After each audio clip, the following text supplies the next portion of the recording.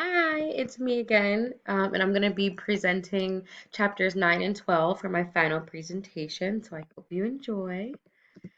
So first for chapter 9, I'm going to be beginning with the leader-member theory, and this basically deals with forming a relationship between a leader and one of their subordinates, which is something that develops over time.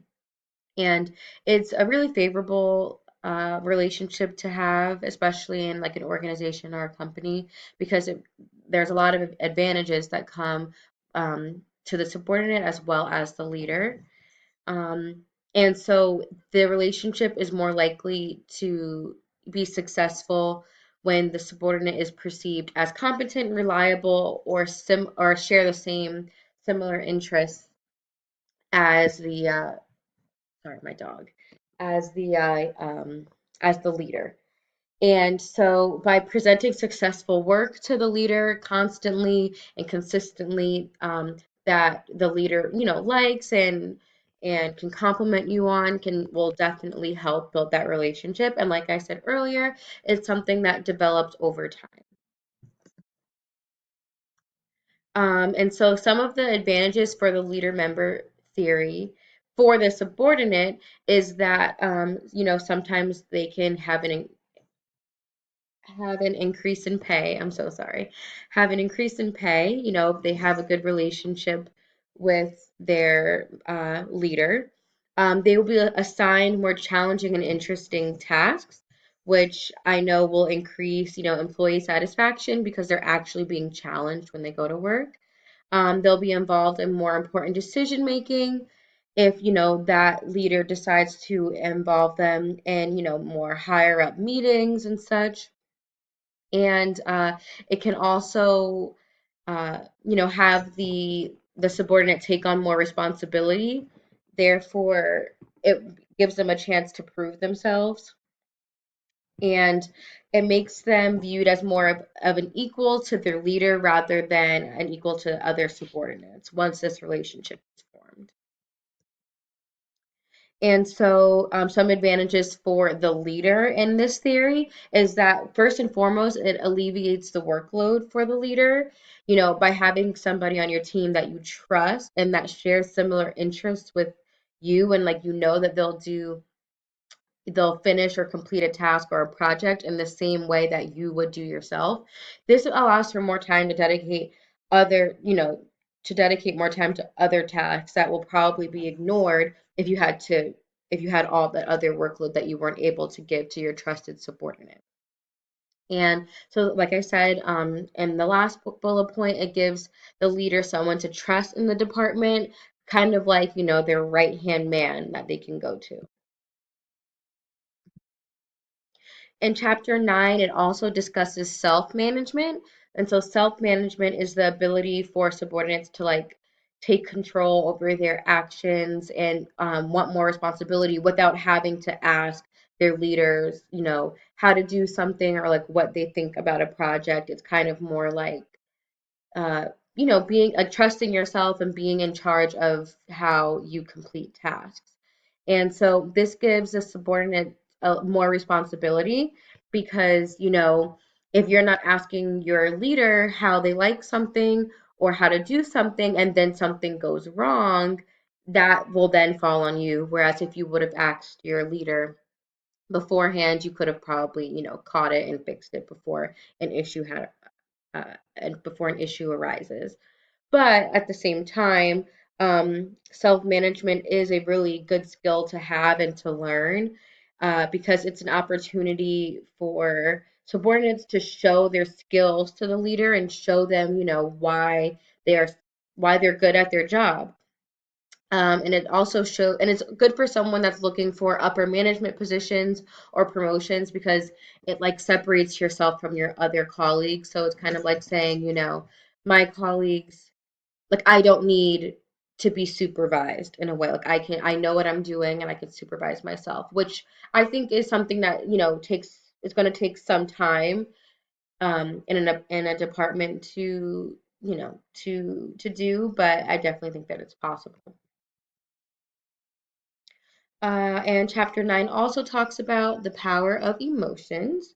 And so this is basically has to deal with how to this deals with how to how to perfect and criticize and critique someone's behavior, especially when they are doing their self-management.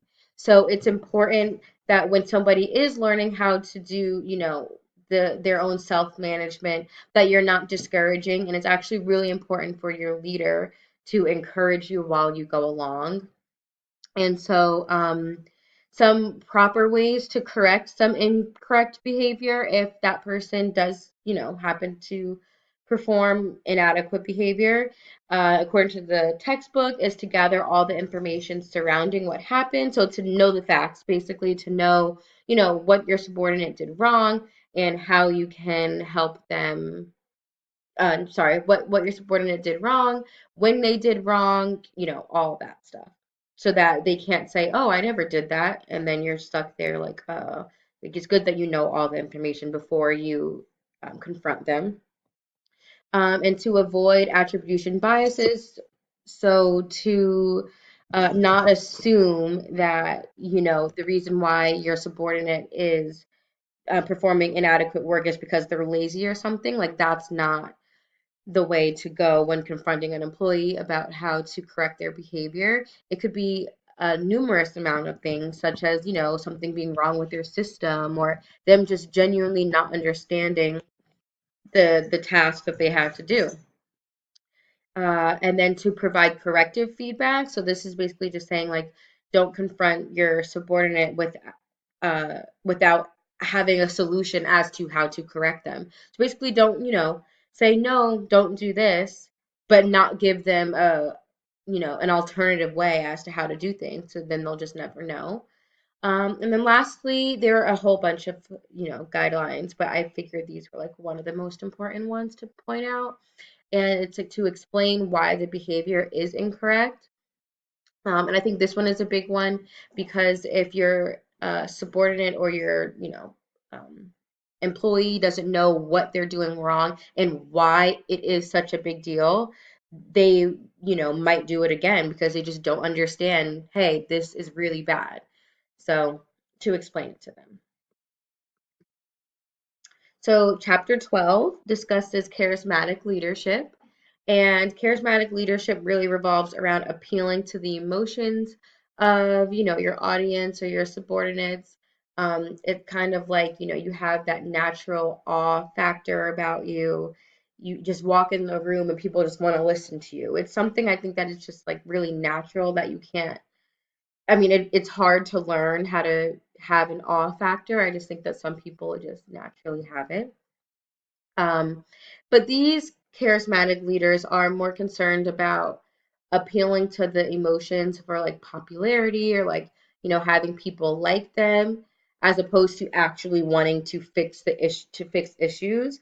So for example, charismatic leaders tend to bring up topics and discuss topics about change that arise, let's say, in a company, but then they never actually take action to change them. They just talk about it just to, relate to another employee, but they never actually have a plan to, fix what's going on.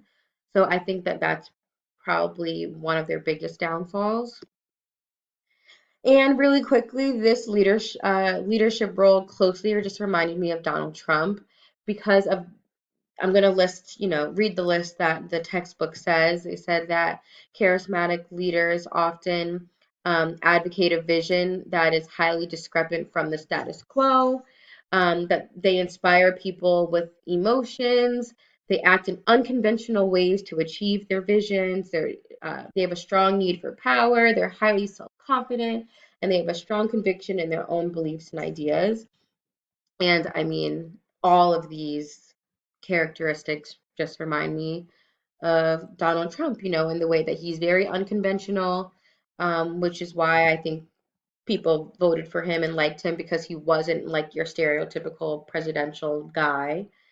Um, he clearly has a lot of, you know, discrepant uh, visions not so ordinary visions. They're very out there, his plans. Yeah, so charismatic leadership just reminds me of him. And lastly, chapter 12 also discusses about transformational leadership. And these types of leaders can have an awe factor as well, but they're more about actual change. So they don't just make the statement to, relate to someone or to gain popularity or whatever. They actually, take action and care more about that than just saying something. And this kind of most reminds me of, this is going to seem very off topic and random, but it reminds me of like Jay-Z, only because I think he has a very awe factor to him as well. Like gets on stage or in his songs or in his interviews, you just want to listen to him. You want to listen to what he's saying, and he's so intelligent. You're just like, oh my gosh, he knows so much. But he's also very involved in like the social justice reform, and he does a lot of behind the scenes good deeds about for this social reform. Um, and he doesn't announce them, he doesn't put them in the tabloids or on his social media or anything. He does it because he genuinely wants to see change. And I think that that's what probably separates charismatic leaders the most with transformational leaders. Is I feel like charismatic leaders will do something. If they do something, they want everybody to know what they're doing. Whereas transformational leaders just really care more about like the actual change, so they really don't need a whole audience for that change. And yeah, so that's all I have for my two chapters final presentation, and I hope you enjoy. I just wanted to say thank you so much for, teaching this business class. I've learned so much, and I'm definitely going to be, applying these theories and lessons and everything that we learned in all of the chapters to my real work life and in my work environment. So I thank you very much for that. Thank you.